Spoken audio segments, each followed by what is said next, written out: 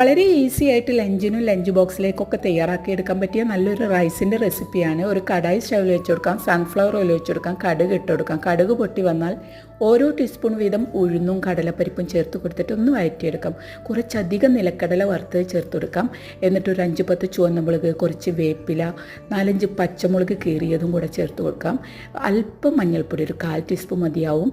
1/4 teaspoon കായപ്പൊടിയും കൂടെ ചേർത്ത് കൊടുത്തിട്ട് ലോ ഫ്ലെയിമിൽ വേണ്ട അതെല്ലാം ചെയ്ത് കൊടുക്കാൻ സ്റ്റെപ്പായിട്ട് ചെയ്ത് കൊടുക്കാം. മഞ്ഞൾപ്പൊടി ഇട്ട് കൊടുത്ത ഉടനെ തന്നെ അതിലേക്ക് ഒരു വലിയ നാരങ്ങയുടെ നീരും കൂടെ ചേർത്ത് കൊടുക്കാം. എന്നിട്ട് നന്നായിട്ടൊന്ന് മിക്സാക്കി കൊടുക്കാം. 1 ടീസ്പൂൺ പഞ്ചസാര ചേർത്ത് കൊടുക്കാം, എരിവും പുളിയൊക്കെ ഒന്ന് ബാലൻസ് ചെയ്യാൻ വേണ്ടിയിട്ടാണ്. എന്നിട്ട് നമ്മൾ 80% കുക്കാക്കി വെച്ച ബസ്മതി റൈസോ ജീരകശാല അരിയുടെ റൈസോ ചേർത്ത് കൊടുക്കാം. എന്നിട്ട് എല്ലാം കൂടെ നന്നായിട്ട് മിക്സാക്കി എടുക്കാം. 2 ടീസ്പൂൺ നെയ്യും കൂടെ ചേർത്ത് കൊടുക്കാം കേട്ടോ. എന്നിട്ട് മിക്സാക്കി എടുത്തിട്ട് മൂടി വെക്കാം. അല്പം കഴിഞ്ഞാൽ നമുക്ക് സെർവ് ചെയ്യാം. അപ്പോൾ ഇത്രയേ ഉള്ളൂ. Bye bye.